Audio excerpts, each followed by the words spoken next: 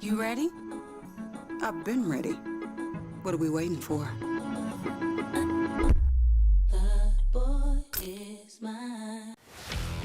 Let's face it, there's a lot of trash talk in basketball, but the great teams let their performance do the talking.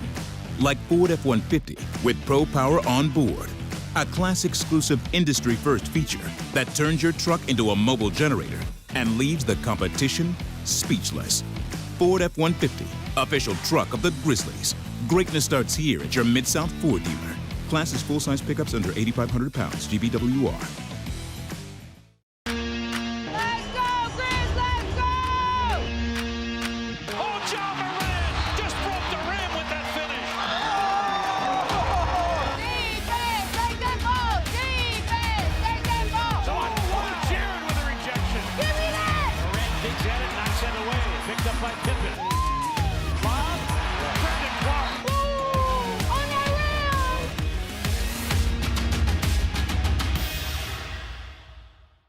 Sonic Radio. Welcome back to Sonic R&DIO. That spells radio with me, the CIO. This just in, the new Sonic $1.99 menu lets you build a crave-worthy meal for just $1.99 an item, whether that's a creamy shake, crispy tots, or a quarter-pound double cheeseburger. This just out. Ostriches. They're mean, not very cute, and in my opinion, way too big for a bird. Don't miss the Sonic Fun 99 menu. 5 items, always $1.99. Live free, eat Sonic. Tax not included. See menu for details.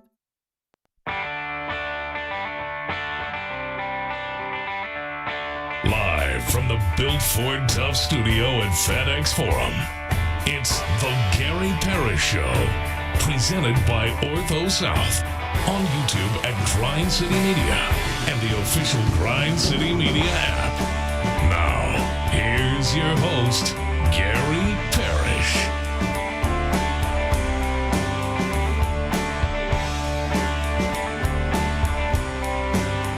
All right.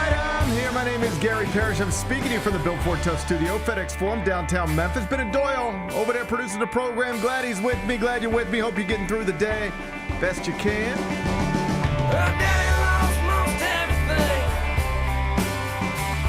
on horse, whiskey, and wedding rings. And I hope you're ready for the 2025 NFL season because, it gets started tonight. The reigning Super Bowl champs are hosting the Micah Parsons-less Dallas Cowboys. 7:20 kick. It's on NBC. We'll discuss it from every angle, or as best we can. We'll do it momentarily. First, though, quickly, let me set today's schedule for you. The next segment, Michael Wallace is going to join me, senior editor, Grind City Media. He's got a nice little series he just launched over at grindcitymedia.com looking at various questions related to the Memphis Grizzlies and some division rivals. Michael Wallace will join me on Zoom in about 20 minutes. I'll talk all things NBA with him. When I finish talking to Michael Wallace, take a break, come back, do 5 more things you need to know, at which point we're going to discuss 5 previously undiscussed stories, among them super famous WNBA player Sophie Cunningham. She clapped back at Skip Bayless and his criticism. She went in on the old man. We'll laugh about it. We'll do it in about 40 minutes. Chicago Sky star Angel Reese, she had to apologize. I don't guess she had to, but she did. She apologized to her teammates last night for comments attributed to her earlier in the day in the Chicago Tribune. I'll tell you what she said. We'll do that in just a bit. Raiders owner Mark Davis confirmed last night on a podcast that Tom Brady did want to be a Raider when he signed with the Bucs, but the general manager / coach at the time, a guy named John Gruden, wanted to stick with Derek Carr.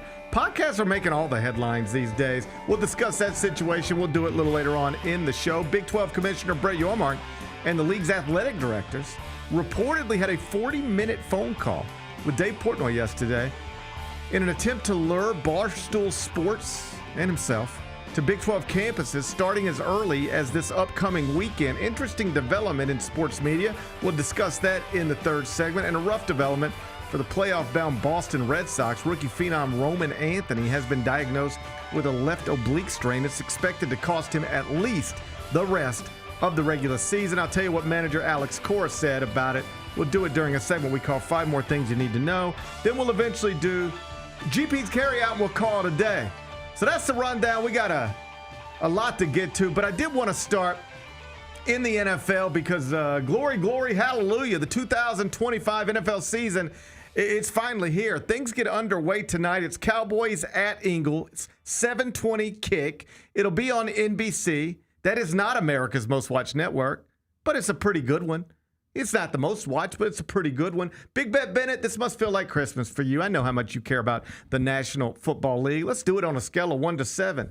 How excited are you that the 2025 NFL season has finally arrived? Put about a 6.5. 6.5? Yeah, about 6.5. What keeps you from going all the way to a 7? Well, my team's not playing tonight, so I'm not going to go full 7. But Perfectly I'm reasonable answer. fired up that the league is back tonight. I'm excited. And it's a high-profile game. I guess any Thursday night NFL game is going to be high-profile. But this is the season launcher, and it involves the reigning Super Bowl champs, the Philadelphia Eagles, and they are hosting a longtime rival. That's the Dallas Cowboys. And I don't know how closely you've been paying attention, but they've been in the news a lot lately. They traded Micah Parsons to Green Bay, and then we got a report from Adam Schefter. Did you see this?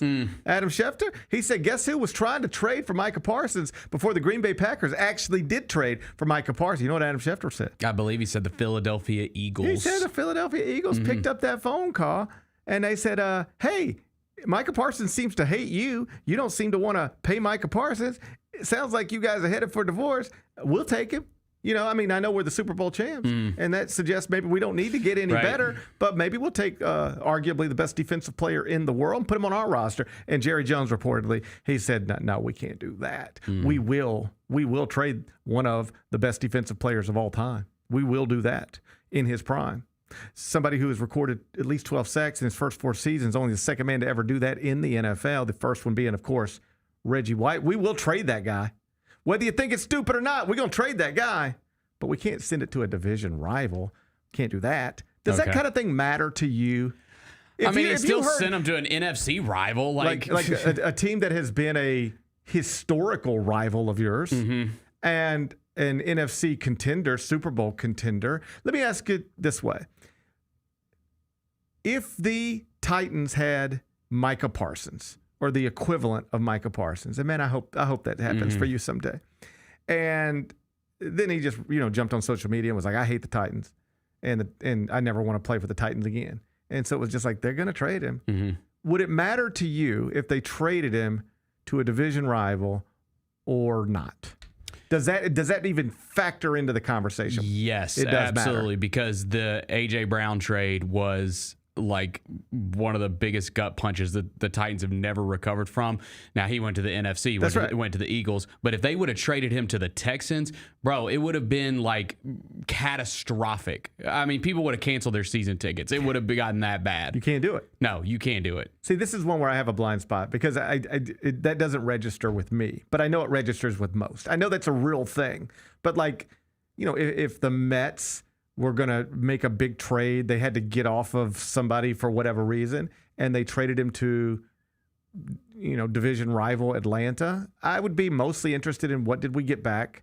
Is it a good trade or a bad trade? And be less interested in where that player is now playing, specifically in Atlanta. It wouldn't matter to me as much. I don't get caught up in that type of stuff, but I know that's a blind spot for me. But most people do care, and so most people, Cowboy fans, would probably co-sign this. They might be mad at Jerry Jones for handling this the way he handled it and then pulling the trigger on a Micah Parsons trade, but they would probably approve of him refusing to move Micah Parsons to Philadelphia. Yeah, and I think, too, just in the NFL, it's a little different in the sense that, in baseball, you trade your best player to a division rival. Yeah, you got to see that person more, but you also get a lot more than you have to in football. A lot more, but I watch the Mets Marlins 100 times a year. But you also get a million other games that you get to play and get a chance to make up for. Like a Cowboys loss to the Packers in a couple weeks could, completely derail their season. Yeah. And if Micah Parsons is leading that defense, so one game matters so much. That's why trading a guy in division in the NFL, I think it's just it's tough to accept as a fan. Yeah, it would be something tonight, though, wouldn't it? If Micah Parsons is in that Eagles uniform, that'd be insane. It would be unbelievable. Yeah. Either way, still a big opening night matchup. 7:20 Eagles Cowboys on NBC. So I was scrolling through social media earlier today, just like scrolling. You know how you do. Trying to decide whether you want to get up or not. But before you do that, you got to scroll a little bit. That's right. That's healthy, I read. That's healthy. Just lay there and scroll. Is that true? No. It couldn't be. It couldn't be worse. Damn. I was about to get excited. No. It couldn't be worse for you. It couldn't be. No, it's awful. It's awful. It helps me wake up. No, it wastes time. A cup of coffee and a little scroll I to do it start myself. your day. I plead guilty. I Yeah. do it every day. I don't think it's a good use of our time. I find myself wasting a lot of time just laying there consuming words and pictures that I don't need to consume. Same. Phones are bad for us. We're going to find that out someday. Phones, quick aside, our middle guy, sometimes he's the sweetest. He's the best. Like all my boys are different. They have incredible qualities, but very different, incredible qualities. And my middle guy, he's like the sweetest. He's got I think the best heart, right? But sometimes he gets a little attitude. You know how they do. And so I said, hey, until you can get your attitude a little better about some specific things that we're working on here, we're going to take this phone away from you for a little while. And so when you get out of school and you're done with football practice, or you're done with golf practice, or you're done with whatever you're going to do, here's your options. You can do your schoolwork. You can read. You can watch TV. You and I we can shoot basketball. We can go hit golf balls. We could toss a baseball or play basketball, whatever you want to do. But what we're not going to do, you're not touching your phone until Friday afternoon. And then I'm going to look at your mom and I'm going to say, did he have a good week? What do you think? And if she says yes, I'm going to hand it back to you. And if she says no, then we'll try again next week and see how we go. And so we are in the process of that right now. And here's my point. He's a different kid in absence of the phone. You know what he wanted to do last night? Just sit there with you and watch a movie. How about that? Because you didn't have anything else to do. Or at least the phone wasn't available. Right. He's genuinely a different kid not having a phone for 3 days. Totally different kid. Phones are bad for us. Yeah, I think you're right. But I woke up this morning and I was scrolling. Yeah, I was scrolling. I don't necessarily practice what I preach. And that's probably true in a lot of different aspects of life. But I know what's good for us. I just don't always execute it. So I was scrolling this morning, just wasting time. And I saw a video of Mark Titus. You know Mark Titus. Was famously a walk-on basketball player at Ohio State, and has carved out an incredibly successful sports media career. I consider him a friend. And so I said, there's Mark Titus. Let's see what he has to say with the NFL season getting started today. And one of the things he explained is that he does not have a favorite NFL team. And I bring this up because it's similar to me. I don't have a favorite NFL team. I in my backyard, I have a Mets-like garden flag, and I have a Grizzlies garden flag. But I do not have an NFL garden flag because I do not have a favorite NFL team. And as Mark is telling the story, he says, it's the only league, professional sport that I follow that I don't have a favorite team involved. And he said, and it's great. It's wonderful because I'm never too upset. I don't have expectations. I just get to watch it. And then as stories emerge, I get to follow them. And I get to fall in love with this fun team or this fun player. And I can just see wherever it goes. And I don't have to go out and buy the jerseys. But I avoid heartbreak. I just get to enjoy it with no real emotion. And it's the best, best, best. What do you think of that? Sounds terrible. I disagree with it. It sounds terrible. It's not terrible, but I am not fired up for today. And I'm not fired up for this weekend. I mean, I'm looking forward to it in the sense that there's going to be a professional football game on tonight. It's going to involve two historically significant franchises, rivals. It's the reigning Super Bowl champs.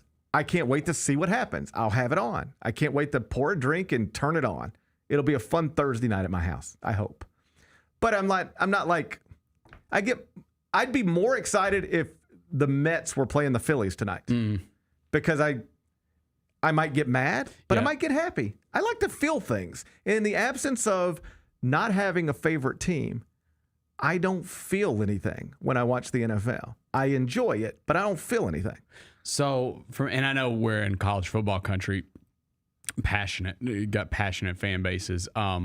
Like for me, and this isn't unique to me, but like I get fired up for any NFL game. So is that just football, or is it gambling, or is it fantasy? What does that? It's a little bit of everything. It's a little bit of everything, and then a lot of times, like, you know, if and I don't have any expectations for the Titans this year, but like other games affect like your team and so yeah, it's a mixture of all that stuff. I'll watch the Panthers Falcons on a Thursday night. I will love it. I'll have it on when I'm there, but I do not schedule around it, and I do not make it appointment television ever. Like I have friends who will play golf every Sunday morning, but once the NFL starts, they stop playing golf. They say, I'm not playing anymore, or you can get us a 7:15 tee time. Yeah. But I'm not going to miss the noon kickoff. Vernon will schedule golf around Cowboys games. Yep. If I want to play golf on a Sunday morning with Vernon, it's going to have to coincide with the Cowboys having that late afternoon kick. Because if they're kicking off at noon, he's usually just going to say, no, I'm out. I'm going to watch the Cowboys game with my pops, which I appreciate and actually love because you don't get, you won't have that forever. Right. So I would never try to pull him away from that. In fact, I love that he does that. But he genuinely will schedule around it. And I just do not do that. It does. The NFL impacts my schedule in no way whatsoever. But I wonder, am I the only person, really, am I the only one that checks all these boxes? 3 boxes, let's call it. I do not have a favorite NFL team. I do not have a fantasy football team, but I do subscribe to the NFL Sunday Ticket. Who else does that? No one. I think you might be one of one there. I might be one of one. I think it's a lot of money. Yeah. Oh, yeah. The ticket is a lot. They hit my credit card the other day for $500 some. Yeah, dude. That thing keeps going up.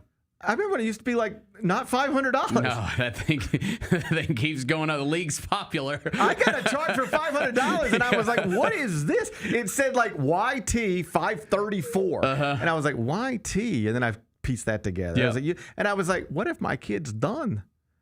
What if my kid's done? And I started looking into it, and I was like, no, it's me. I auto-renewed NFL Sunday Ticket at $500. I don't even care about this stuff. It's actually, that's outrageous. I actually thought that is outrageous. I actually thought about it's criminal. Calling them I thought about saying, you know what, I don't need this because I don't need it. But I'll probably just keep it. You should keep it. But who else does that? I pay $500 for Sunday Ticket, but I do not have a favorite NFL team, and I do not have a fantasy football team. And I have no plans whatsoever to actually sit in front of the TV all day long on a Sunday watching the NFL. None. I will never do that. But the good thing about that is when your kids adopt, I don't know who they're a big fan. They like the Chiefs. Okay, they're going to have a lot of national TV games. That's right. But they can watch their team whenever they want to. They like to watch the Chiefs. Patrick Mahomes has drawn them in. I've seen Patrick Mahomes do to them the exact same thing that Michael Jordan did to kids their age all over the world. Is he's so great. People just when I was, I don't know how old, 11, 12, whatever. I had a Chicago Bulls basketball goal in my room, hanging on the door. Why? Because it was Michael Jordan. And so my kids will have Kansas City Chiefs stuff like that. Yeah. Somebody put a Kansas City Chiefs sticker on our garbage can. That's cool. And it's not, because it's got nothing to do with our house. But every Wednesday, I got to roll a Kansas City Chiefs garbage can out there. All right, but that's my kids. It's the Patrick. So perhaps that's a bonus. They'll get on the off chance the Chiefs aren't on News Channel 3, we can turn it on. But I was thinking about this morning. There can't be many people that check those boxes. Nah. Sunday Ticket subscriber, but no fantasy team and no favorite team. Speaking of Sunday Ticket, it's creating headlines. I saw this.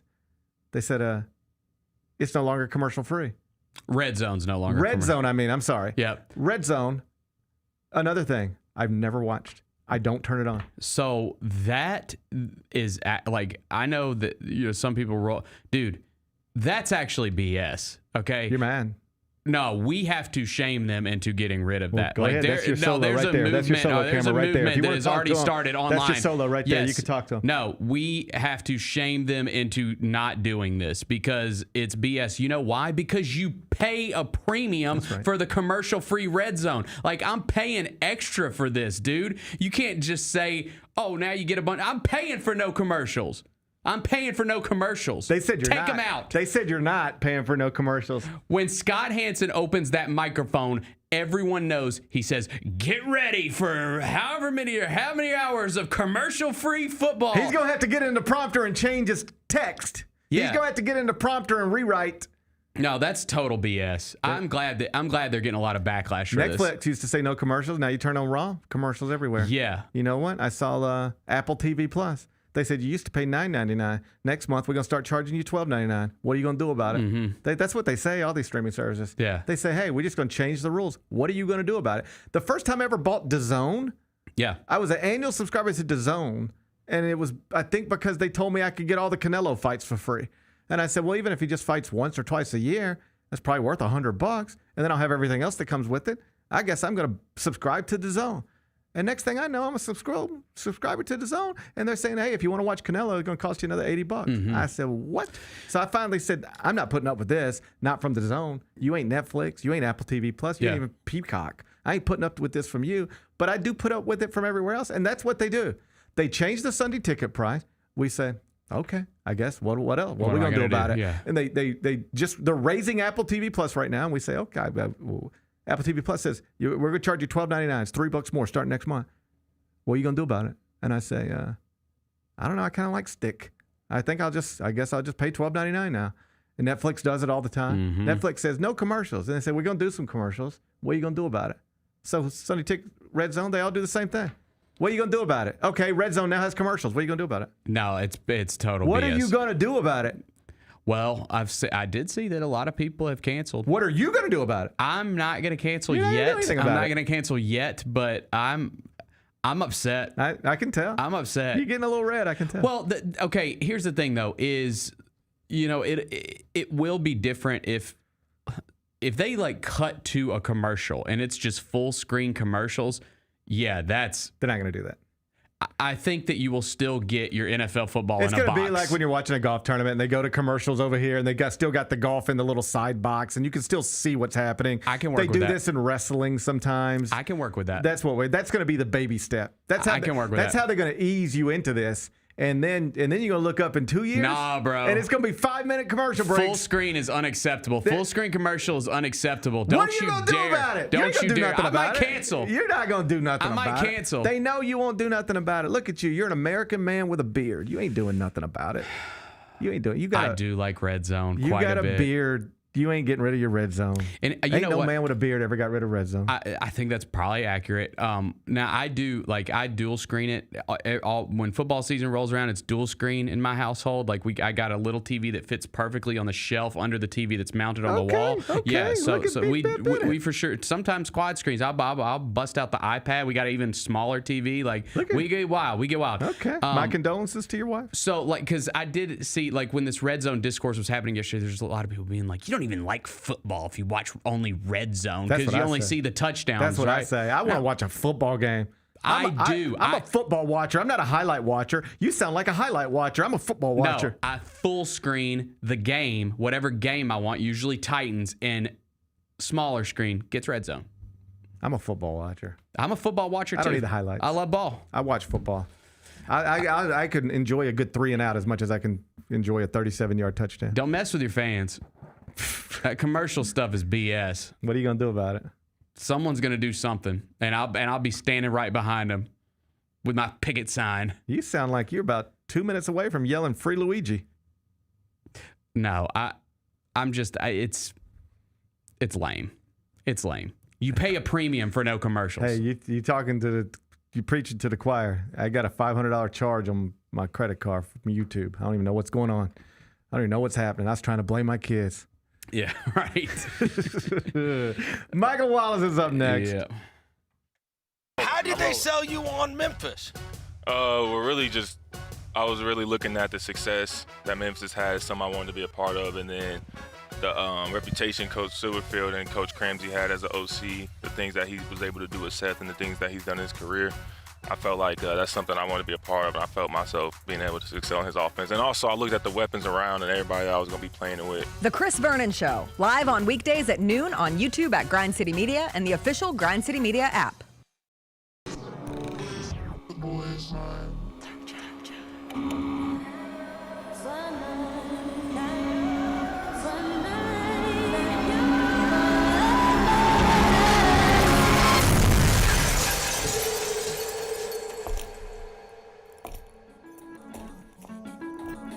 You ready?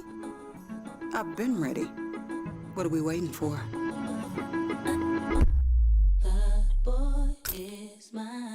Kroger shoppers and Grizz fans. Want exclusive last-minute discounted ticket deals texted straight to you? Sign up with the new Kroger Buzzer Beater deal.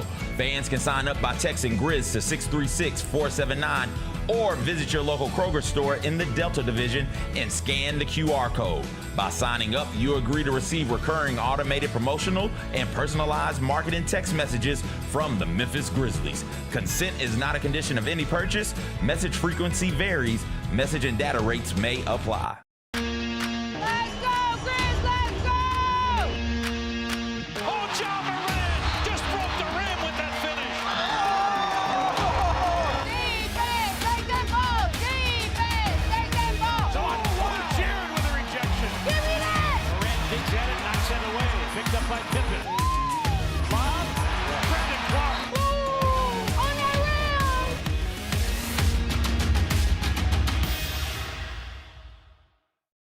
Catch us if you can at Southland Casino Hotel and win your share of up to $1.8 million in free play and prizes. Join us for drawings every Saturday in May, June, and July.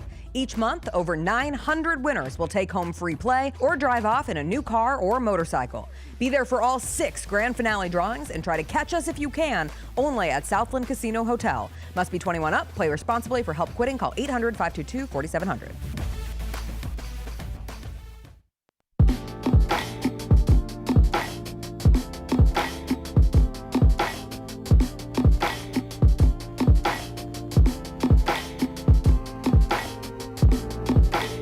Welcome back, Gary Parrish Show, presented by Ortho South. We're inside the Built Ford Tough studio, and on Thursdays in the second segment, I'm joined by Michael Wallace, senior editor, Grind City Media. He's launched a nice series over at grindcitymedia.com, and I want to talk to you about a lot of things, Michael, but let's start there. The headline is, as NBA training camps loom, optimism abounds for Grizzlies and Southwest rivals. You brought in people who cover each franchise and allowed them to answer basically the question of why is there optimism connected to the franchise you cover. With the Rockets, I think that's easy. The Mavericks, even what they went through last year, they got Cooper Flagg. I can understand that. Are you glad you didn't have to write the Pelicans one? That's what I'm trying to ask you.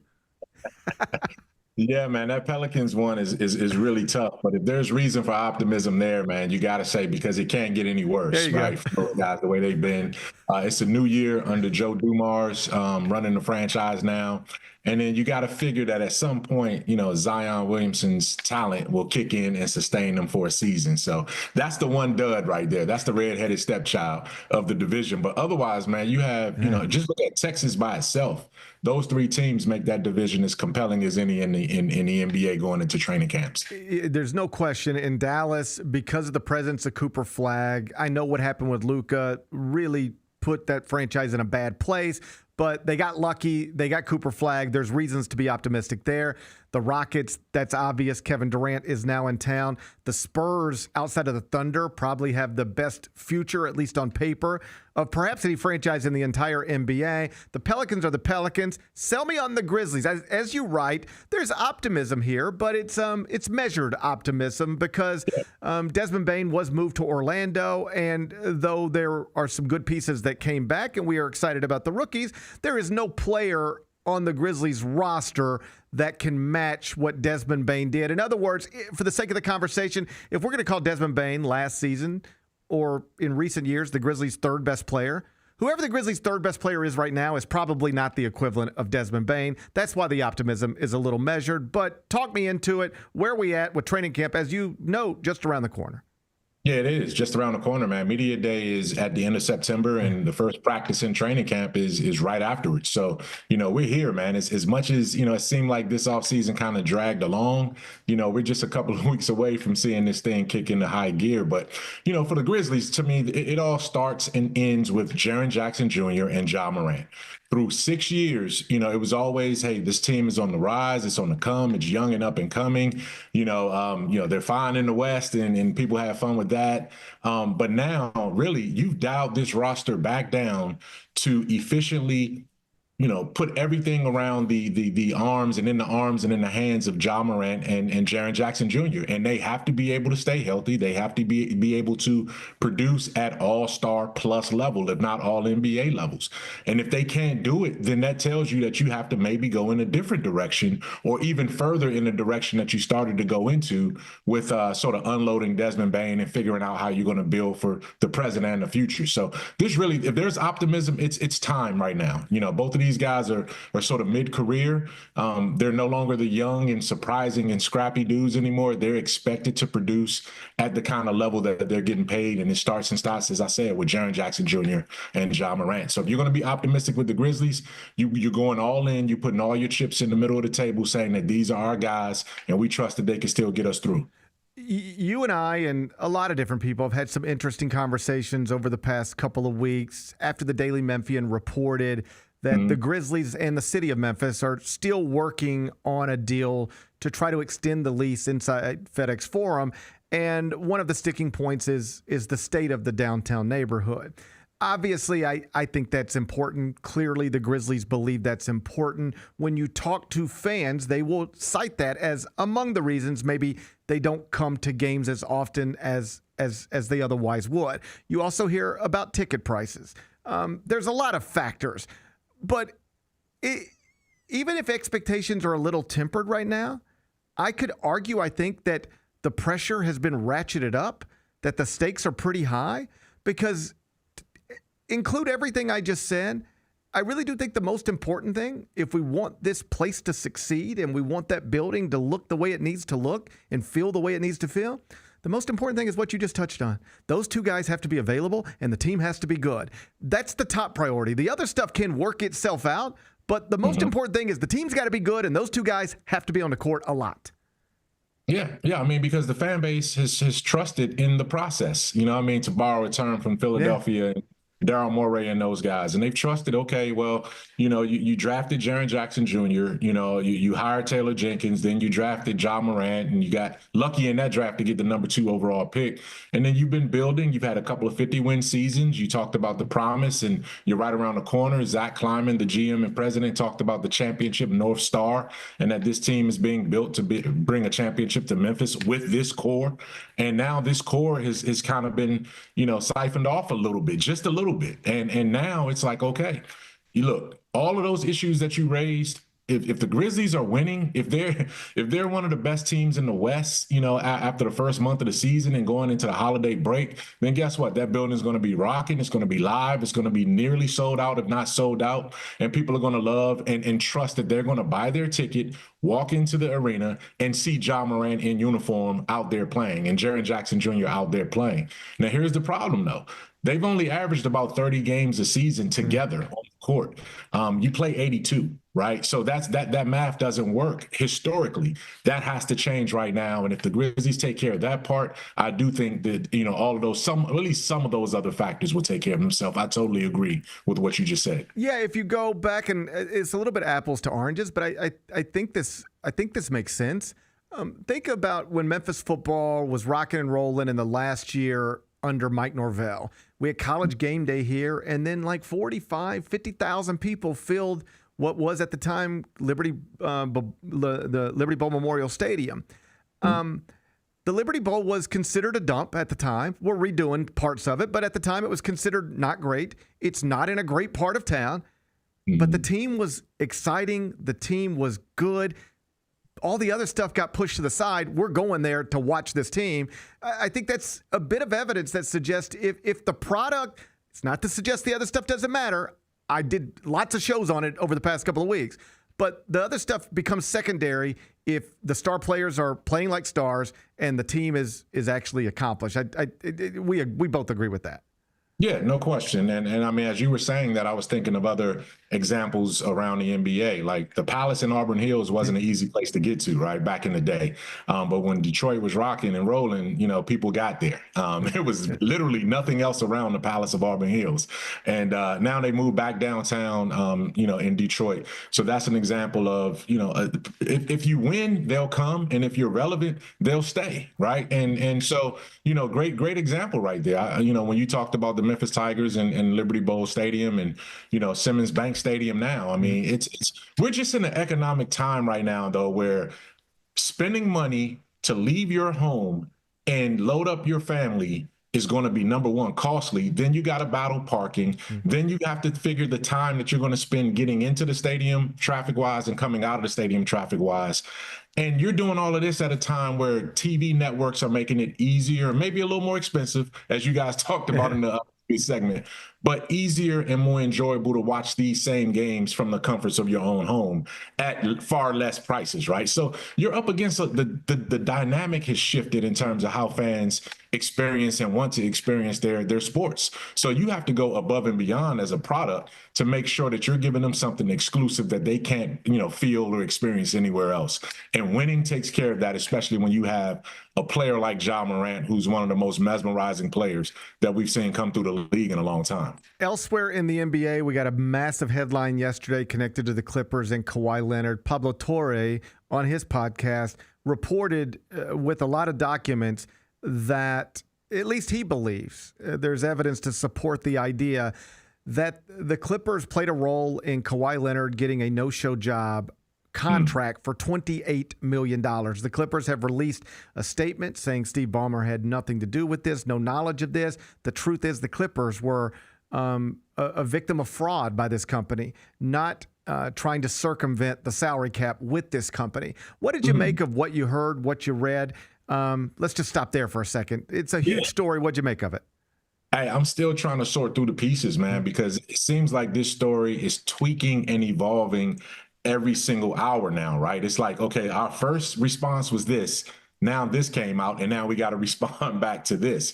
So I'm not sure exactly what happened, how players and organizations, try to get around certain things. I know, people, frown on that, and it's a taboo subject, but I've been around the league a long time, and I've seen a lot of creative ways that players and their people and their organizations and their foundations and all of those things get benefits. I'm not going to say pay, but I'm saying benefits.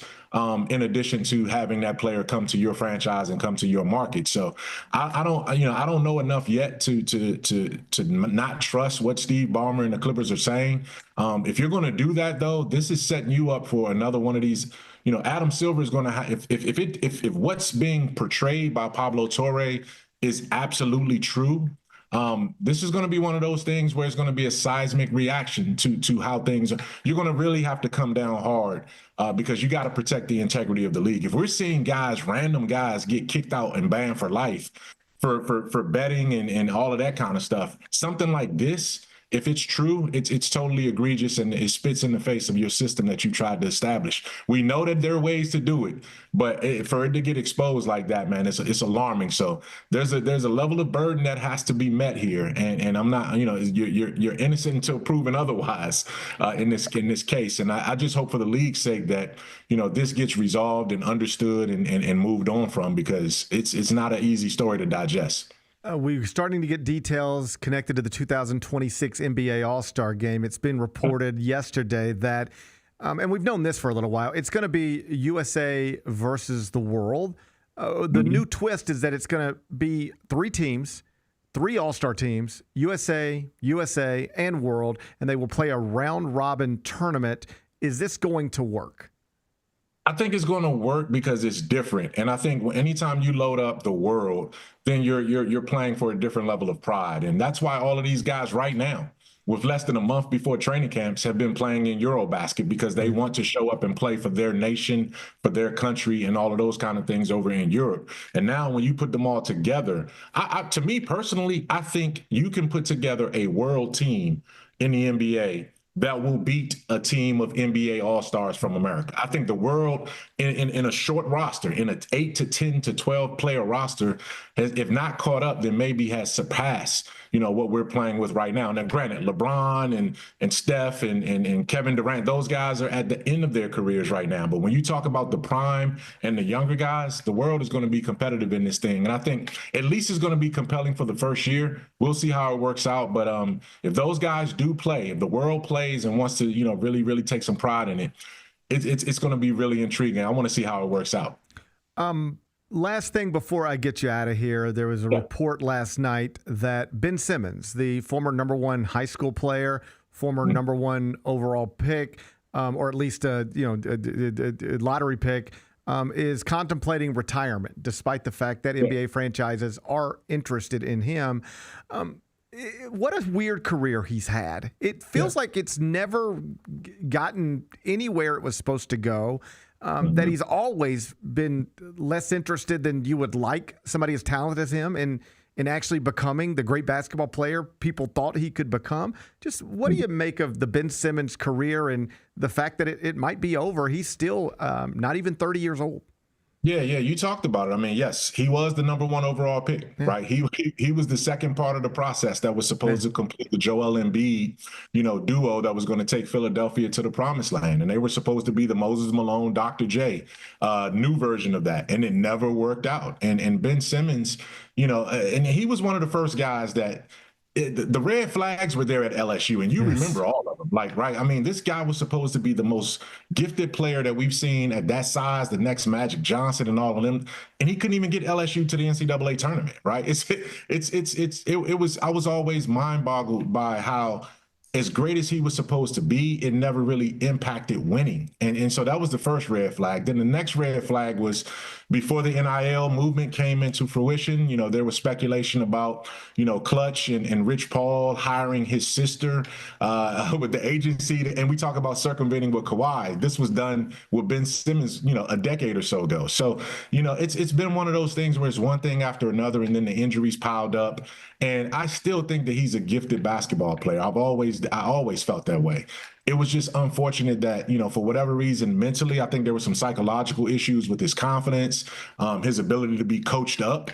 And he never really wanted to embrace the spotlight that comes with the level of being the number 1 overall pick. And if he retires, he's not going to be the biggest number 1 overall pick bust by any stretch. I mean, he lasted this long in the NBA, but it certainly has been an underwhelming and unfortunate career run for Ben Simmons if he calls it a quits. Yeah, number 1 pick, 2016 NBA draft, picked 1 spot ahead of Brandon Ingram, 2 spots ahead of Jaylen Brown. That's Mike Wallace, Grind City Media senior. I got a question for you, though. Speaking of all of this, man, circumventing the rules and all this kind of stuff, man, did you get any NIL payment for being part of the John Calipari commercial that was shot when he came on your show?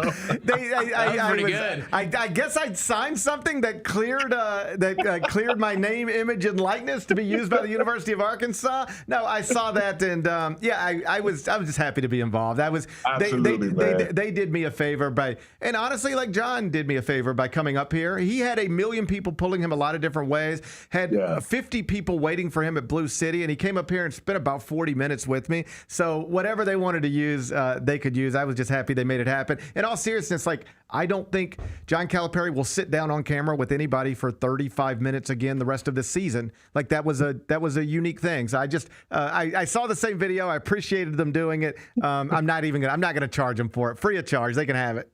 And it speaks to the level of professionalism and the relationships that you built along this way, man. So continue to do great jobs, man. And I was proud to see you guys reunited like that, man. That's really nice of you to say. Michael Wallace, I appreciate you. He's on X at my mic check. That's at my mic check. Thanks, brother. I'll talk to you next week.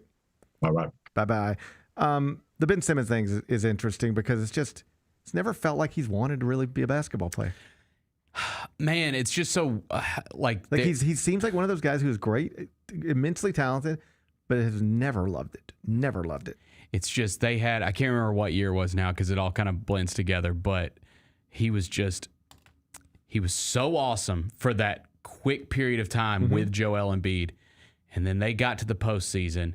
And he had the wide open dunk and didn't take it, and it felt like it spiraled. Just felt like a moment. It really did. Ever since then, felt like a moment. It was never the same. It was we all remember that. Embiid afterwards was like, "We had a dunk." They were like, "What happened?" And he was like, "I think he was on. I think he picked it up on the mic saying, 'Shoot it, Ben.'" Yeah. It was like they were like, "So Joel, what happened down the stretch?" And he's like, "We had a wide open dunk. Yeah, we have to dunk the ball. We have to score." Yeah, and I think he got in his head bad. Yeah, I mean, and you see this happen with baseball players all the time. But I think when you get in your head, I cannot go to the free throw line. I will miss the free throws. I think it just. And as you're talking through it, I'm reminded of that. Yeah, that was the explanation. If you turn on ESPN the next morning, and they've got their former players in there, and they're trying to break down what happened. And why is he not dunking this ball? Why did he pass it or whatever happened? And they said because if he tried to dunk it, he was going to get fouled, and he was going to have to go to the free throw line. He does not want to be there. He's not comfortable there. Like, it's the last place he wants to be. So, and as a guard, like, I know he's a tweener, but how do you avoid going to the free throw line? Get rid of the ball. Yeah. Don't be aggressive with it. That's how you get fouled. You're not trying to get fouled. You're trying to not get fouled. How do you not get fouled? Get rid of the ball. It became a real thing. And even go back to LSU, like, he picked it.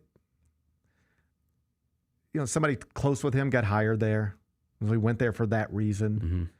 And there was a documentary that came out about his year at LSU, and it was just sort of sad. He was like a part of nothing. It was like he had no friends. Yeah, and they were terrible. They were terrible. He didn't really hang with any of his teammates.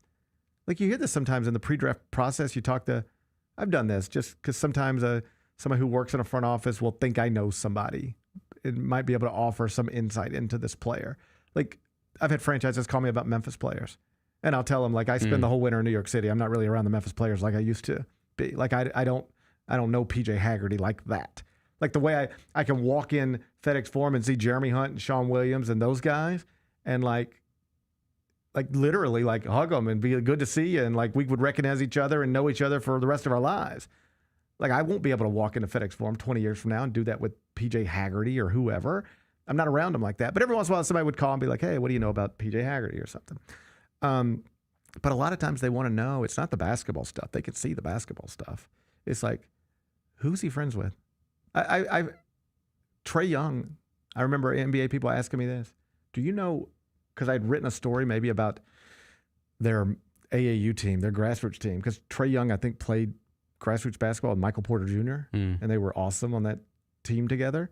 And I think I'd done something else, and then somebody reached out, and this was a concern with Trae Young. They were like, we can't find his friends. I think it was a concern with Michael Porter Jr. too. Like, we can't find who they like.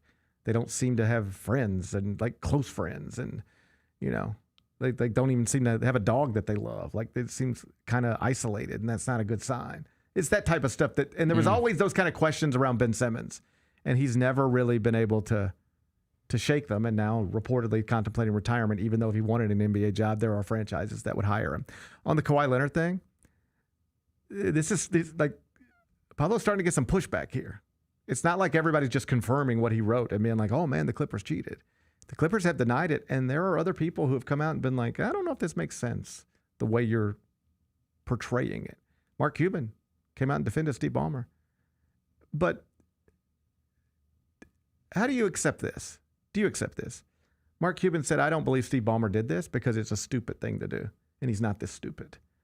Like, because the way Pablo got this document that has Kawhi Leonard's LLC listed on it as being owed $7 million it's a bankruptcy document. So Cuban's point is, if you are really doing a highly inappropriate, in violation of NBA bylaws deal with Kawhi Leonard, using this company that you've invested $50 million in, you would never let the company go bankrupt, because you would know then these documents are going to have that on there, and that makes it all visible. That's step one in this. I mean, step one is probably somebody saying, you need to look into this. Yeah. But the first document you get is that bankruptcy document, and you go, KL2, that must be what I'm looking for.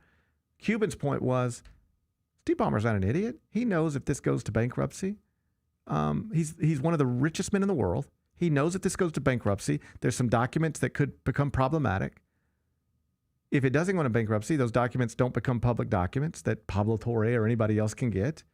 So he wouldn't let it go into bankruptcy if he really had his fingers dirty in this. Except smart people do stupid stuff all the time. Smart people make mistakes all the time. Like, remember the CEO at the Coldplay concert? Mm-hmm. I bet he's a pretty smart guy. Yeah. You know, that's like how you become a CEO without being a smart guy. I mean, I guess there's examples, but I'm going to assume that guy's pretty bright. I'm assuming people have looked at that guy throughout his life and been like, that's a sharp guy. That's a smart guy. And then he got reckless and stupid, got caught up in some stuff, and now his whole life is turned upside down. Even smart people get reckless and stupid sometimes, get caught up in shit sometimes. And I just don't rule out that even somebody as smart as Steve Ballmer could just get caught up in some stuff right here. Because for every one of those arguments, there's the other argument that says he gave them $50 million. They immediately committed $28 million to Kawhi Leonard. What's the other $22 million for? And somebody said, well, that's the cost of doing business. Like, if you want to funnel this money, I know funnel's not the right word, but like if you want to move this money through our company and then reroute it to your player to circumvent the salary cap, we could do that, but you're going to have to pay us to do that, right? Think about it in NBA terms. Like, we'll take your bad contract off your hands, but you're going to have to give us a first-round pick to sweeten the deal. That $22 million sweetens the deal. We'll reroute this $28 million. We'll help you do what you're trying to do, but it's going, there's a fee that comes with that, and that $22 million is going to be the fee. I don't, like, right now we don't know what. Yeah. We don't know. I actually do believe in the reporting, and I do. Yeah, I don't think that he just uncovered a big nothing burger. Me neither. Do I think anything's going to come out of it? I don't. We'll see. Yeah. The NBA has, that's the news update. There's going to be an investigation. They're going to formally investigate it, the NBA is. But I guess I just go back to kind of where we were yesterday. I want to be clear. It's a little muddier than I think even Pablo would have hoped a day after the report emerging. Yeah. It hasn't, like with his NFL Players Association report, that was like, oh, wow, boom, boom, boom, resign. Like, it was pretty clean. This isn't as clean. He's getting some pushback here. And I bet you he wish it was playing a little cleaner than it is. We'll see where it goes from here. But regardless of if every little detail is right, I think I would land where I kind of landed yesterday, which is if it isn't what Pablo Torre is alleging, which is a wildly inappropriate deal designed to circumvent the salary cap, designed to get a Kawhi Leonard on a team-friendly contract. If you sign this deal, we can get you the other $28 million through this company. Wink, wink. If it's not that, which is what Pablo is alleging, then what is it? Because on the surface, it is a $28 million contract to do absolutely nothing. Why would this company give Kawhi Leonard a $28 million period? First off, even if it was to endorse the company and be a spokesperson for the company, you wouldn't pay Kawhi Leonard $28 million for that. That's a crazy amount of money. So if it ain't what Pablo alleges, what is it for? Why did you do it? You agreed to pay a man $28 million to do absolutely nothing for you. And I mean that quite literally. He did nothing.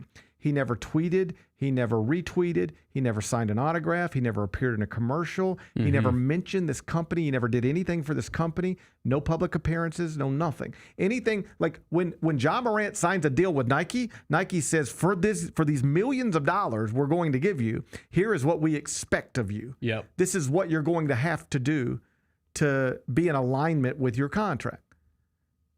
This company gave Kawhi Leonard $28 million, and he did nothing. What was it for? Why did you do it? Unless you have an answer for that, I'm going to assume it is what it looks like. And I don't know what the answer could be for that. Steve Ballmer can say I had nothing to do with it, but somebody had something to do with it. Somebody put this paperwork in front of Kawhi Leonard and told him to sign it and then started making direct deposits. Who is that person? Why did they do it? Perhaps the NBA will find out. I'll be paying attention. I'll be paying attention too. Sophie Cunningham released another podcast. She's the best. She went after Skip Bayless. She went after the old man. He called her a clout chaser. You know what she said? Must be opposite day. Uh-oh. Must be opposite day. Everything. God, I hadn't heard that You know in a what long she said? time. You know what she said? She said, I'm rubber. You're glue. Everything you say bounces off of me and sticks to you. Cringe. That's what she said. Okay. That's more or less what she said. She said, hey, Skip Bayless, you think I'm a clout chaser? Well, guess what? I'm rubber. You're glue. Everything you say bounces off me, sticks to you. When's the last time you heard that one? It's been a while. I'm going to bring it back. Okay. I'm going to start saying that. Good luck with that. Yeah. Wait till I get Jessica Benson in here tomorrow. Okay. First thing I'm saying to her. First thing I'm saying to old Messy Jessie. I'm rubber and you're glue. Everything you say bounces off me and sticks to you. I'm bringing that back. Okay. I'm going to teach my kids about that in the car rider line a little later on today. Sophie Cunningham, she went out on Skip Bayless. We'll laugh about that next. Gary Parrish Show presented by Ortho South. Who do you go to learn still? Like, who are you looking to for inspiration? A couple years ago, I went and visited, even though he's younger than me, but we've got great admiration for one another. Went and visited Dan Lanning out at Oregon, right? A young head coach who's had some success. Mike Norvell may not have had the season he wanted in the past. We can still get on the phone and talk about things, right? Tune in to the Jessica Benson Show with CJ Hurt, live every weekday at 8 a.m. on YouTube at Grind City Media and the official Grind City Media app.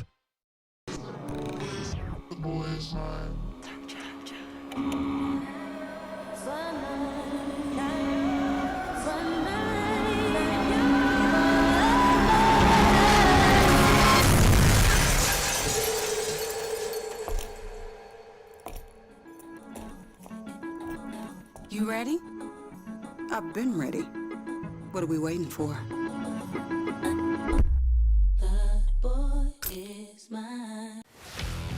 Let's face it, there's a lot of trash talk in basketball, but the great teams let their performance do the talking. Like Ford F-150 with Pro Power on board, a class-exclusive industry-first feature that turns your truck into a mobile generator and leaves the competition speechless. Ford F-150, official truck of the Grizzlies. Greatness starts here at your Mid-South Ford dealer. Class is full-size pickups under 8,500 pounds, GVWR.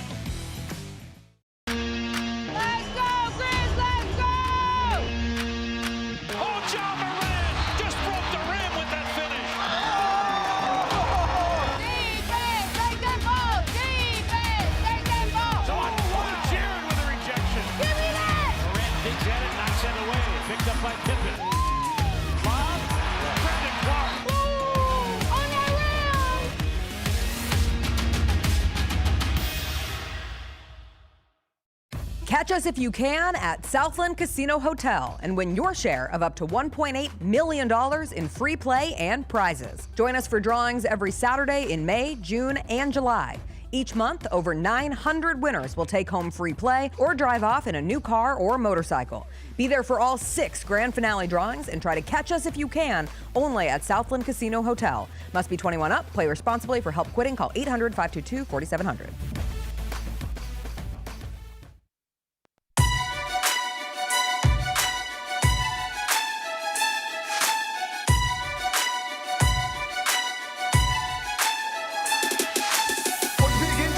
Unpredictable, unforeseen, and unscheduled, and Ortho South understands this better than anyone. Since your injuries don't make appointments, you don't need to either.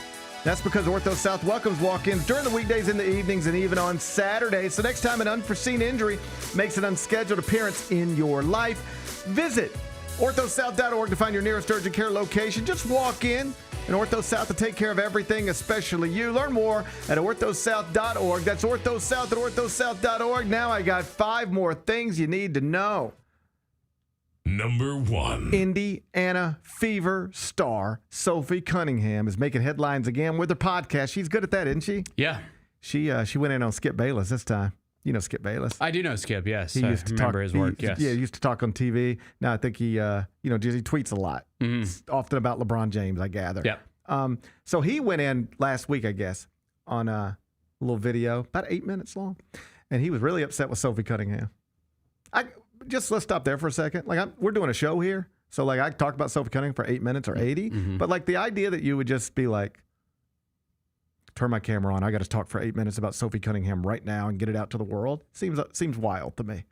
But whatever. Yeah. He does this stuff. So anyway, he doesn't like her. He's had enough. He says she's a clout chaser because she is trying to ride the celebrity coattails of Caitlin Clark to superstardom. Without Caitlin Clark, you wouldn't have this podcast. Without Caitlin Clark, people wouldn't even know who you are. You're a clout chaser. You're using Caitlin Clark to try to elevate your celebrity.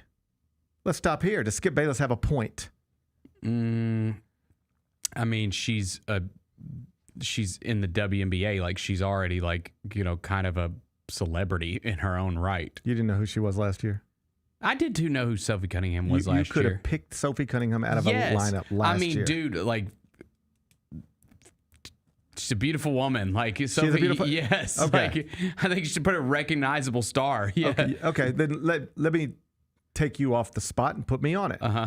I did not know who Sophie Cunningham was a year ago. No idea.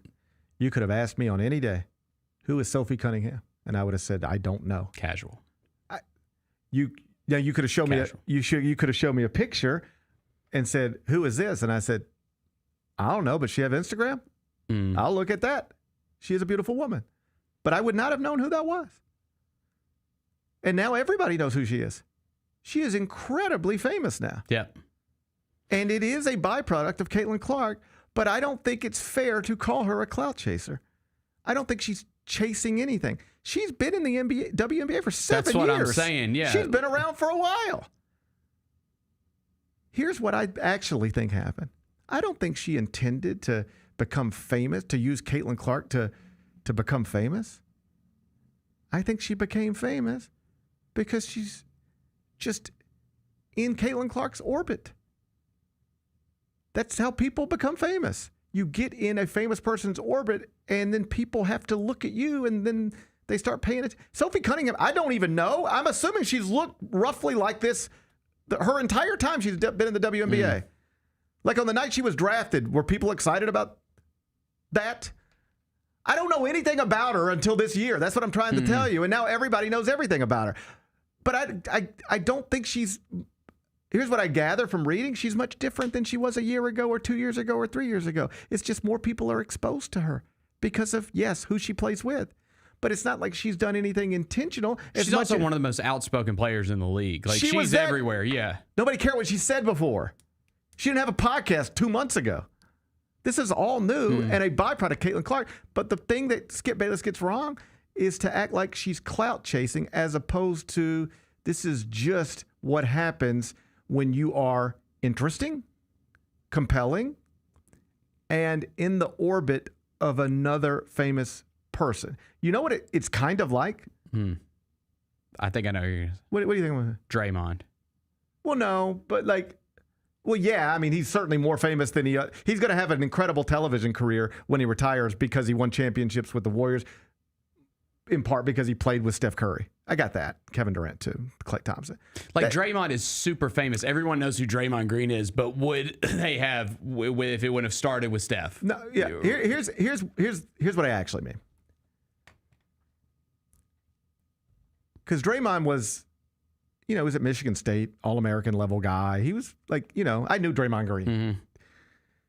I think I would know who Draymond Green is regardless of where he played basketball, but undeniably he is more famous because of where he's played basketball and what he's accomplished, at least from a team perspective. I think he's going to be a Hall of Famer. Here's what I mean.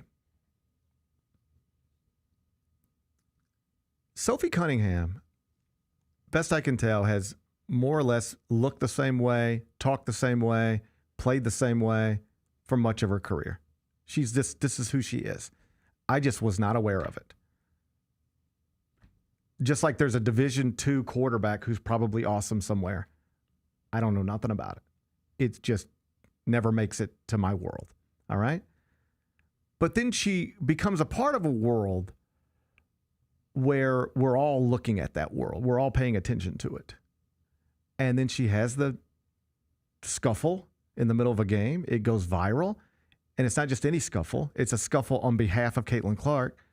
I'm tired of you hitting her. Now I'm going to hit you. And her life changed after that. She could have gotten into a scuffle with a different player while a member of the Phoenix Mercury a year ago or 6 years ago, and nobody would have even blinked. It had never made even 5 more things. But we couldn't wait to talk about it. And the whole world couldn't wait to talk about it. Her Instagram followers through the roof. Twitter, everything through the roof. TikTok. She got a podcast out of it. Skip Bayless is talking about her. I promise you Skip Bayless didn't talk about her a year ago, 2 years ago, or at any point until this year. You know what it's like? See if you'll accept this. It's like when Chris Stapleton got on stage with Justin Timberlake at an awards show on a major American network. Chris Stapleton is not a young man. He has looked this way, and he has been able to write songs like this and sing like this for much of his life. his critically acclaimed album had been out for 6 months before he jumped on TV with Justin Timberlake to perform 2 songs over a span of 8 minutes. Nobody knew who he was. That album was doing nothing. If he came to Memphis, he might play something like Minglewood. And then he was on a stage with Justin Timberlake. And people were watching Justin Timberlake. And you know what they went? They go, well, who's this? Who is this? Oh, this guy, he'd been here forever. Okay, well, I never seen him, but my God. And do you know that album went from doing nothing for 6 months to number 1? Just like that. Album sales increase. Take a guess. Percentage. You hear sometimes like, oh, and so-and-so's album's up 12%, 14%, 50%. What do you think it was? I'm sure it was like 70% or something like that. 6,000%. Yeah, okay. 6,000% album sales jumped. He was singing the same songs, playing the same guitar, looking the exact same way. There ain't a single thing that changed about Chris Stapleton that night, except he was doing it beside Justin Timberlake. And that was the height of Justin Timberlake's stardom. And so the whole world's watching Justin Timberlake. And then they're blown away by this other guy. And then you want to find out who this other guy is. And this other guy's a star by the time you wake up tomorrow. That is Sophie Cunningham. She's been playing basketball for a long time. She's 29 years old. She's been in this league for a long time. She never really she never at least reached the casuals. Now she reaches Skip Bayless. Now she reaches everybody. But it ain't because she went out and sought it. She just happened to be on Caitlin Clark's team. And she makes TikToks. And yes, she's attractive. All of these things. But it's not by design as much as it's just this is what can happen when you play when you are in the, let's just say stage. When you're on the stage with somebody this famous, if you have any sort of compelling characteristics, people will pick up on them. People will be attracted to them, and your life can change too. That's what happened with Chris Stapleton when he jumped on stage with Justin Timberlake. Another example, Artie Lang, remember him? Became a regular on the Howard Stern show. Do you know how that happened? He was a comedian forever. He was Norm Macdonald's friend. Yeah. Howard Stern booked Norm Macdonald. Artie just tagged along. Because Norm thought he was funny. Norm was like, I'm bringing my friend. He's funny. You'll like him. He's got crazy stories. They bring him in the studio. Howard's laughing. Robin's laughing. A few years later, they got to replace somebody who left the show. Howard's like, what about that guy who came in with Norm? It's not quite this simple, but you get the point. Artie Lang was the same guy the whole time. He just got put in front of people who otherwise wouldn't see him or pay attention to him. He's with Norm, so now you're looking at Norm, and now this guy's saying funny stuff every once in a while. Who is this guy? His whole life changed. Similar. And so that's what's going on with Sophie Cunningham. I can name you more Indiana Fever players right now off the top of my head than I could name you WNBA players 5 years ago. It's just, that's the impact of Caitlin Clark. And so as Sophie Cunningham jumps on the podcast last night to take her shots at Skip Bayless, she's like, how are you calling me a clout chaser? I'm just being me. I just happen to play with her. So now people are aware of me. She's saying a lot of the same things I'm saying. Like, I am the same person I was 2 years ago, 4 years ago, 6 years ago. It's just that more people are aware of it now. More people see me now because of who I play with. That's the number of eyeballs Caitlin Clark has brought to this. But I'm not clout chasing. I'm just her teammate. So this is what happens. You know, you probably for the rest of your life, you might be too young for this, but like you'll remember Bill Cartwright. Why? Because he played with Michael Jordan. You remember all those guys that played with Michael Jordan. Well, Caitlin Clark is the Michael Jordan. Bill. You know Bill Cartwright. Radio, Of course you do. So this is just where we're at with this thing. And she made a point with Skip Bayless. She was like, I'm clout chasing? You just made a video, put my name all over it. Looks like you're using me more than I'm using Caitlin. Certainly using me more than I'm even thinking about you. She put the old man in his place. Yeah. I was proud of her. Good job, Sophie Cunningham. Number 2. Angel Reese issued an apology last night to her Chicago Sky teammates. Do you see her comments in the Chicago Tribune? I did. She was wild. Yeah, and she's catching a lot of heat for it. And I can understand that, but frankly, I can understand her. side. They suck. They do suck. And she doesn't suck. She doesn't suck. They do suck. But this is also normal. And speaking about it in the way that she did is not normal. Now, she has said her quotes were taken out of context and misconstrued. I don't know about that. I don't know. I doubt it. I doubt it. Because if you're the Chicago Tribune talking to Angel Reese, you know if she's saying these types of things, they're going to create headlines because everything she says now creates headlines. Mm-hmm. So I bet this is on tape. And if I were the reporter and Angel Reese said this about me, oh, buddy, we'd post that on Twitter tonight. Yeah, right. I'd say, oh, you think it was misconstrued? Here's the whole 11-minute conversation. Here's the audio. Listen up. You guys can judge for yourself. That hasn't happened yet. That's what I would do. If somebody questioned me the way she's questioning the reporter. But whatever. Largely, she still took responsibility. And she's like, I talked to him. I'm a little frustrated with myself. You know, I shouldn't have said what I said. Mm-hmm. It was misconstrued. I didn't mean it the way it was printed, but still, I shouldn't have.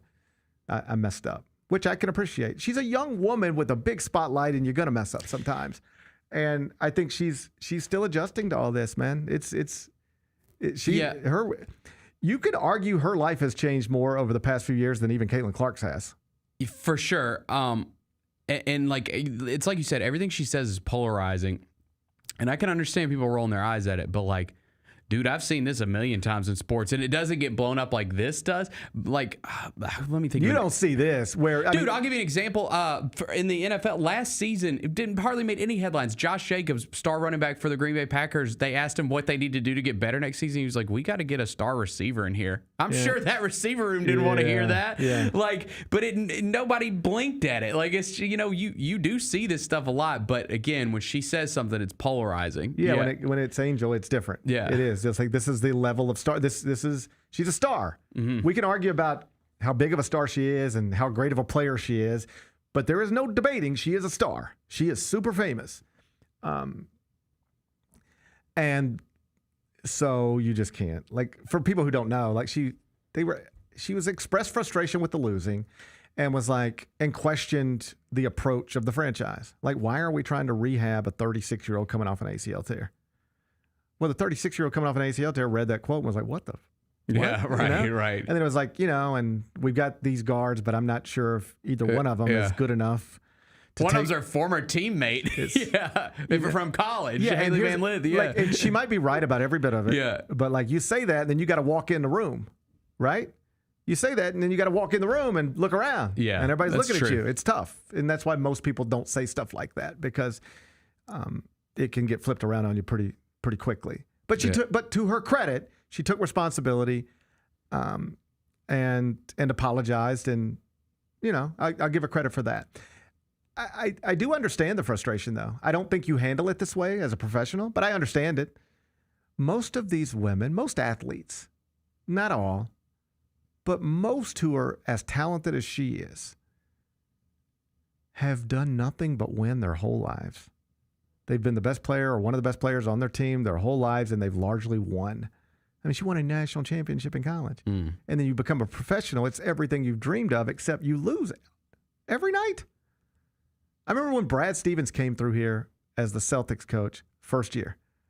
And I went, and I had, got to know him as he was coach at Butler.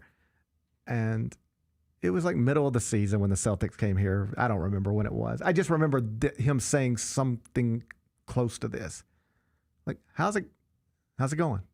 How you like it? Because they weren't very good. How you like it? How you enjoying it? How's it going? Just how you been? And he said, I'll tell you what I love. I love that all I do is coach my basketball team. I watch film and I coach. I don't, like, he's like, I'm talking to you right now, and when I'm done with this, I'm going to go get on a bus, and we're going to get on a plane, and we're going to fly somewhere, and all I'm worried about is my basketball team.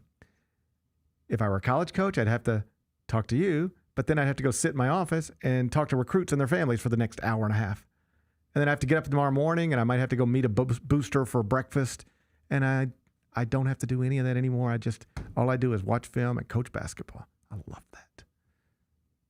But, and I think he said this, do you realize I've already lost more games this season than I lost my entire time at Butler? I am not used to the losing. It's not fun. Losing every 2 nights 3 times a week takes a toll on you when you are not used to losing. It's like, and you can even see it in youth sports, like my little guys. Like they are happy when they win and they get upset when they lose. So when you've spent your whole life being used to winning and now suddenly you're losing and you're getting mocked on the internet and you honestly don't know if your teammates are good enough, I can see how it boils over. You just can't say that. Not in that way. But she took responsibility, and that's more than some would do. I'm going to give Angel Reese credit. I'll give her credit too. Number 3. Mark Davis, Raiders owner, made headlines last night, jumped on a podcast. All the podcasts are making headlines. Yeah, man. That's how you make headlines these days. He confirmed what had been believed to be true for a while. But here's the owner of the franchise putting it on the record. He said, yeah, when Tom Brady signed with the Tampa Bay Buccaneers, left New England, we were close to signing him. And I think we would have. I think he wanted to be here. But we had a coach and a general manager who wanted to stick with Derek Carr. And so we passed on Tom Brady. And we stuck with Derek Carr. And the reason this had been speculated about, or at least in part, was because there was a quote from Tom Brady once upon a time where he said there was this one franchise that I was talking to, never named them, I don't think. And he's like, there's this one franchise, and he was like, you're going to stick with that effing guy? They were like, no, we're sticking with our guy. And he said, and I was thinking, you're sticking with that effing guy? And I think people speculated that it was the Raiders and Derek Carr, but now we have confirmation. It was literally the Raiders and Derek Carr. And I think a lot of people did for a minute thought that it was the Titans because his buddy Vrabel was coaching and Tannehill was the quarterback. But that actually makes more sense. And I mean, dude, he's a part owner of the Raiders, so there's obviously a connection. That's and he must be comfortable with that out there. I assume. Because he and Mark Davis, I assume, have a nice relationship. They have to. He's part of the franchise. I assume Tom doesn't mind him saying that, or maybe he does. I don't know. But either way, it was interesting to see that, like, it's now, that's a real thing. That's a real thing that happened. Tom Brady. Yeah, I believe it. Yeah. I believe it. Yeah. That's a mistake. Looked like, with the benefit of hindsight, that's a mistake. Certainly seems like a mistake. Yeah, that's a big mistake. Yeah. Well. Well, better luck next time. Yeah. Raiders gonna Raider.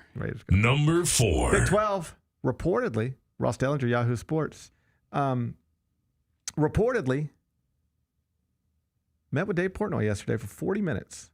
Brett Yormark, the Big 12 commissioner, and the Big 12 athletic directors to discuss getting him to Big 12 games and getting the Barstool cast to Big 12 games.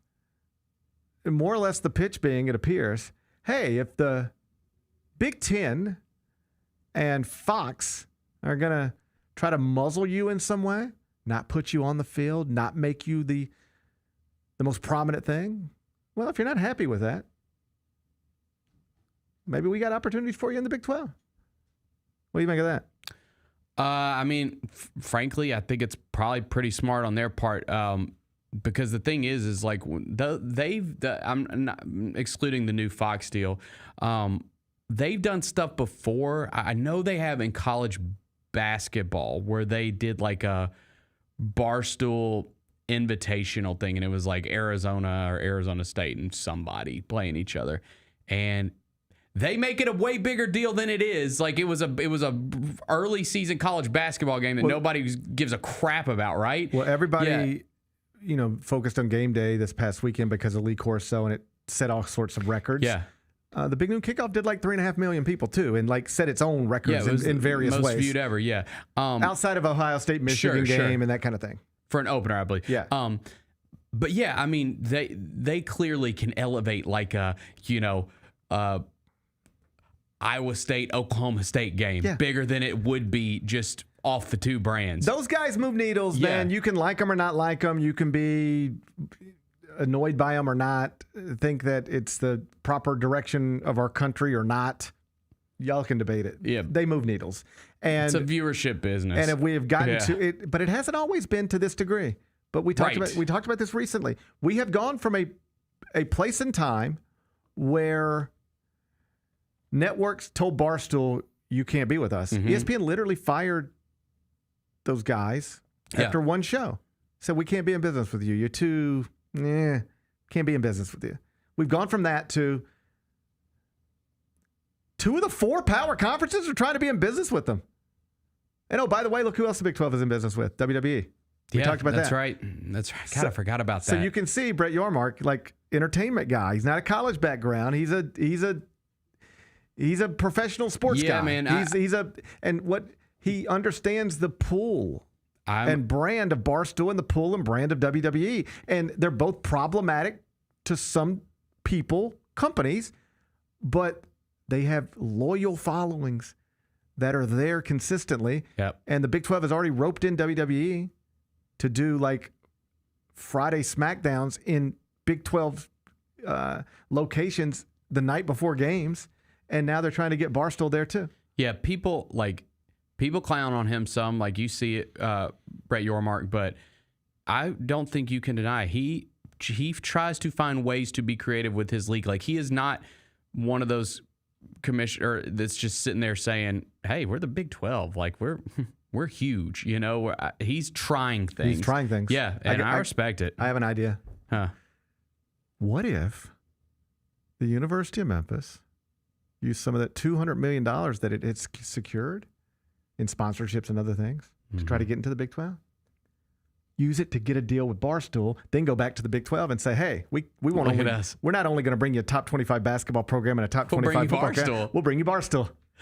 Hey, what if the key to getting into a power conference is? I never thought it would be that, but connecting with Dave Portnoy. We got to get Dave to Memphis, package Barstool with Memphis, as uncomfortable as that might be for some. I'm just trying to get to the Big 12. Not me. I'm fine. And then it's time to get uncomfortable. It's time to get uncomfortable, Bennett says. Yeah. And we go back to Brett Yormark and we say, we're fixing our stadium. Mm-hmm. We're trying to stop breaking NCAA rules. And we got Barstool. And y'all are doing this wrestling thing? We're a wrestling city. We are the wrestling capital of the world. They always stop here. Like, God. Yeah. Because isn't that the thing with the wrestling thing? It's that the WWE is going to do events in the cities that there's a big game in the next day. So imagine there's Memphis against Baylor in the Big 12, Simmons Bank, Friday night, we get SmackDown, and then Dave is, Dave's at Memphis Pizza Cafe doing a review. And CM Punk's in the middle of the field. What are we doing? Yeah. Come on. This could be our life. Come on. This could be our life. We're thinking. We're thinking. Yeah. We're thinking. Let's think outside the box We're here. trying to think outside the box.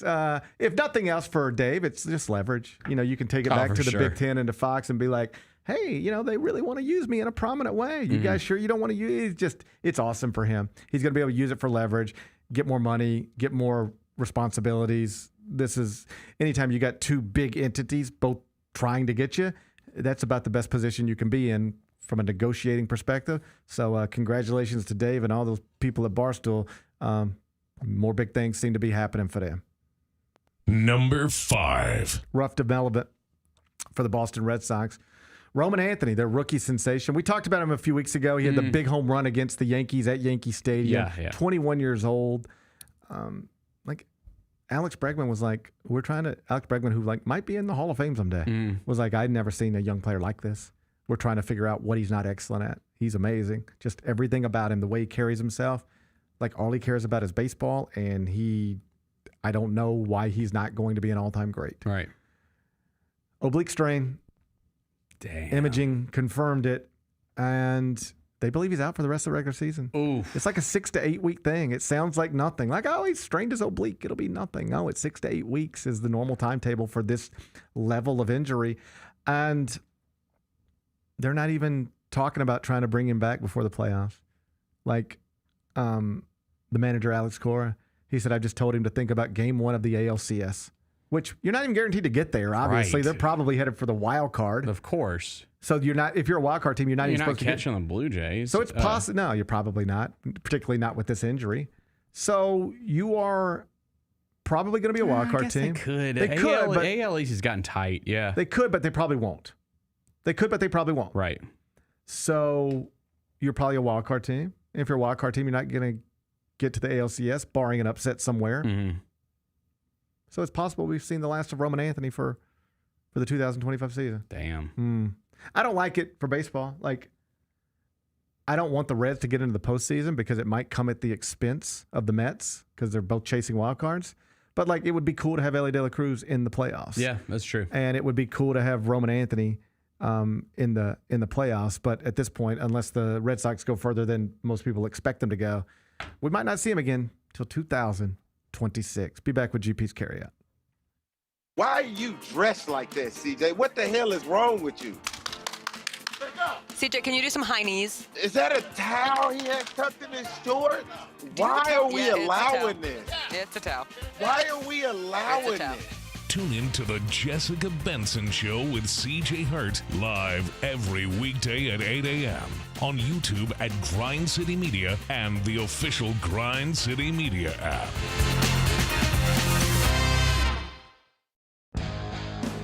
Grizzlies fans know it's the team that gives you the edge. Big River Steel does too. And much like the Grizzlies have recruited legendary talent, we want you to be part of our team. Are you ready to be part of something legendary? Then visit www.bigriversteel.com. That's www.bigriversteel.com.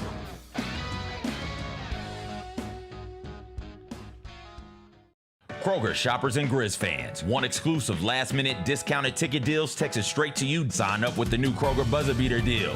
Fans can sign up by texting Grizz to 636-479 or visit your local Kroger store in the Delta Division and scan the QR code.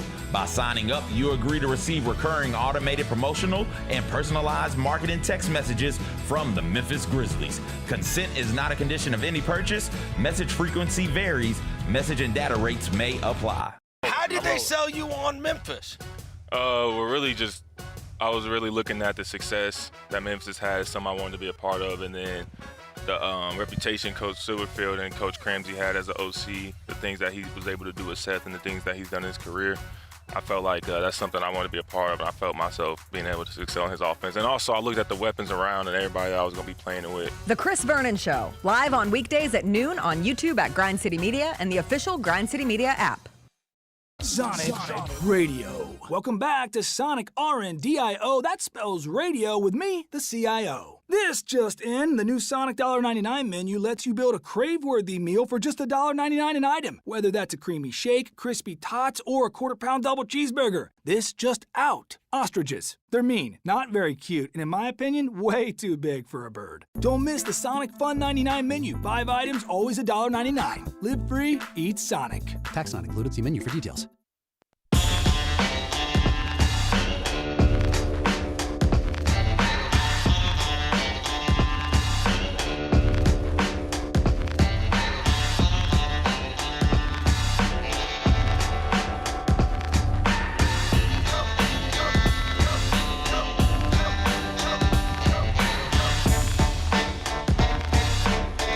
Welcome back, Gary Parrish Show, presented by Ortho South. Let's wrap this up with GP's Carryout.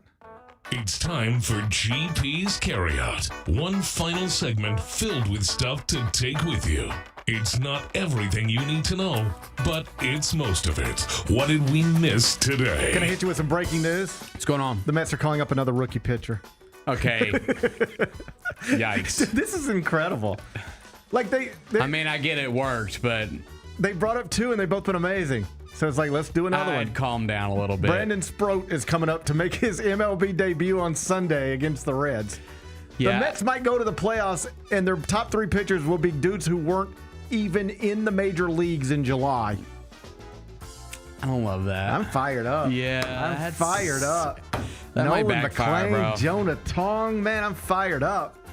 I like the young pitchers. Okay. Perhaps only because I hate the old ones. They stink. Yeah, I get that. Just give me somebody I don't know anything about, because I can't watch Sean Manaea pitch again this season. He ain't the same dude he was last year. Yeah. Bring me all the rookies. Okay. Bring me all the rookies. I don't know nothing about them, so I like them more. That's my approach to humans, probably. The less I know about you, the more I probably like you. My bad. NFL Thursday night season opener. It's tonight. Cowboys, Eagles. Lincoln Financial Field, Philadelphia, Pennsylvania. NBC, Peacock, 7:20 kick. Philadelphia, 8.5. Your reigning Super Bowl champs. 8.5-point favorite. Total's 48.5. How are you going to act? I think it's a trap. I think it's a trap. How'd you do last night? I won. It was, who do we have? Astros? Yeah, the Astros. Yeah, they won, I believe. It was tight. They won because Jazz Chisholm got caught out on a strike. Did you see this? Yes. No, because they had control the whole time. Yeah, they won 8-7. Golly, it was like 8-4 at one point. Did you see how the game ended? Okay. Jazz Chisholm's up, I think, runner in scoring position, but like the game's still very much, up for grabs. It's a one-run game. And there's a ball like 2 inches off the plate. Mm-hmm. It's so obvious a ball. Mm-hmm. And I'm just like, strike 3. And Jazz Chisholm looks at him, and, we can look at all this. And they put the square around it, and it's just clearly a ball. Like, it's just, and these MLB hitters, like, you might think they can't tell a half inch, but they can. They know, They know. Yep. And Jazz Chisholm immediately like, that's off the plate. He's yelling. And the ump's just like, game's over. Damn. And this is why we're going to have robo-umps. Robo-umps. I think we definitely will. This is where we're going. At some point, you're going to have robo-umps because a robot ump would not have missed that. Right. They won't be perfect, but they'll be better. Yeah, I think that's true. They won't be perfect, but they will be better. Congrats on your win last night. Thank you. Tonight feels like a trap. I'm going Cowboys. Oh. Yeah. Oh. Yep. Traded Micah Parsons, but get competitive with the Super Bowl champs. That's what I think. I'm sorry, Kyra. Kyra says you're wrong. She's a Philly fan. Yeah. I think Philly's gonna win. I just think Dallas is gonna keep it tight. I think this line is the Micah Parsons thing. It's the Cowboys are gonna suck. They traded their best player. That's what I thought. It's the first night of the season. Like Philly's coming off the Super Bowl. You're celebrating that big moment and everything. What more does Jalen Hurts have to do to make you believe in him? I think Jalen's gonna get a win tonight. I do. I just think it's gonna. I think it's gonna be tighter than people think. I like Dallas to cover. Heisman Trophy and incredibly successful college career at multiple spots. Super Bowl champion. What more does he need to do? I mean, dude, that Cowboys. What more does Jalen Hurts need to do? The Cowboys offense is not going to be bad. Like they went and got Dak, George Pickens, got CeeDee Lamb on the other side, Jake Ferguson. Like they. If Jalen Hurts accomplished as little as Josh Allen so far, would you believe in him as much as you believe in Josh Allen? I believe in Jalen Hurts more than Josh Allen. He won a Super Bowl. Doesn't sound like it. Sorry I just see this all the time on the internet. People are like, why don't people believe in Jalen Hurts? I just thought I would ask you. I don't really know if people believe in Jalen Hurts. I literally drafted Jalen Hurts on my fantasy team last night. I just see people asking that question all the time. Like, why don't people believe? What more does Jalen Hurts have to do? And I'm like, I don't know. I thought he did enough. Is this a thing that's happening out there? Are people arguing about Jalen Hurts? I thought we were done with that. I like him. He seems like a pleasant young man.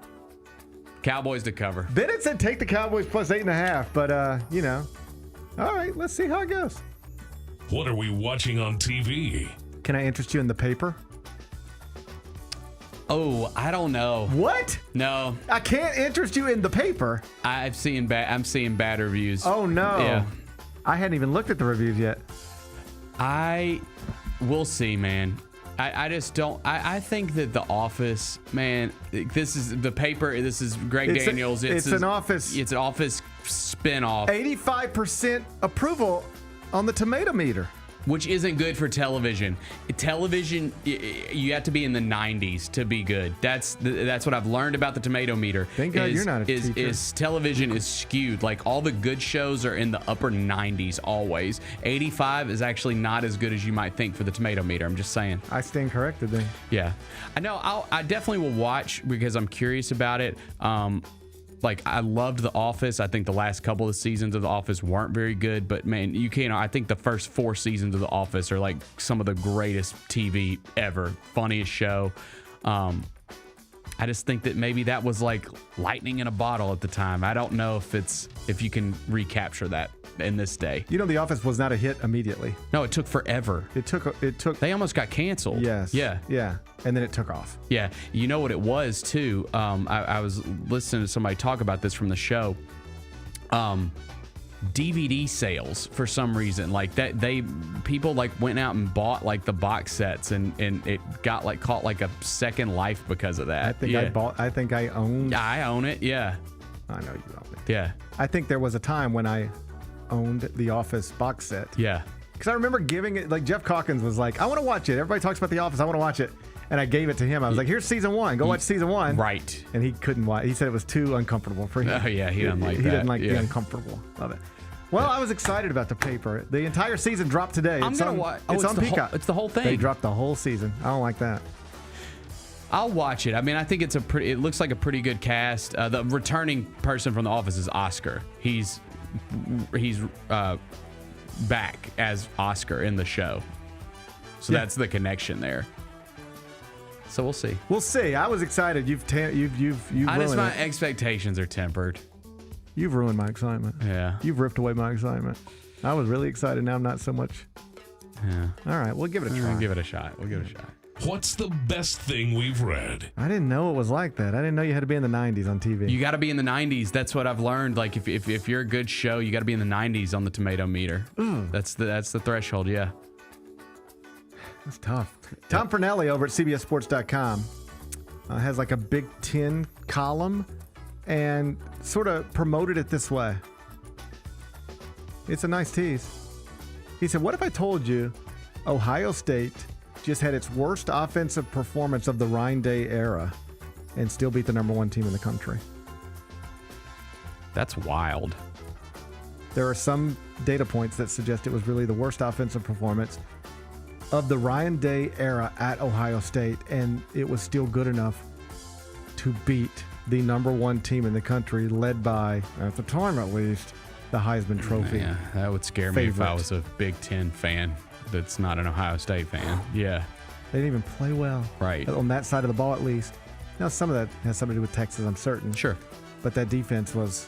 Like, what are you going to think if you're a Big Ten fan and then Arch looks great for the next 4 weeks in a row? And you're like, oh, okay, maybe he doesn't suck. Mm-hmm. Maybe he is special.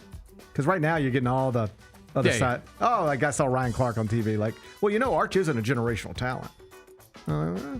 Okay, that's an easy thing to say Sunday.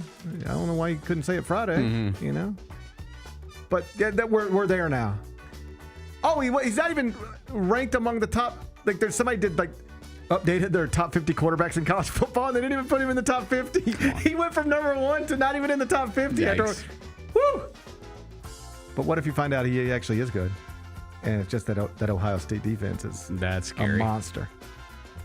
Could be going back to back. We'll see. They are ranked #1 in the country right now. You can go read Tom Pernelli. He's at CBSSports.com. What's on tap for tomorrow? Tomorrow's Friday. Food Truck Friday? I don't know. Kyra Mike can tell me. I think it might be done. I think it's a 1 month thing. I think it's an August thing. I don't think we can get too greedy. I haven't seen an email. I don't think we can get too greedy. All right? I'm not going to get We're done here. We're done here, bro. It's okay. It's okay. It's okay. We're done here. Hey, we should be thankful for what we got. Absolutely, we should. We should be appreciative for what we got. Yes. I'm just going to sit here and be appreciative for what I got. Yeah. All right? I will too. I'll find a food truck somewhere. I know where they're at. They're actually not that far. They're down in Court Square, so you can go find some more. Yeah, it's Food Truck Thursday. Yeah, that's right. Just not right in front of our building. You got to walk a little bit, but they're there. I don't mind walking. Yeah, I like to get my steps in. Yeah. Jessica Benson, first time she's back from Europe. Be first time catching up with her in a while. So looking forward to that. Should be a fun show. Looking forward to it already. Enjoy the rest of your day. I'm gonna enjoy mine. Let's meet back here tomorrow at 10. Till then, be careful, be kind, be good. Rep your hood.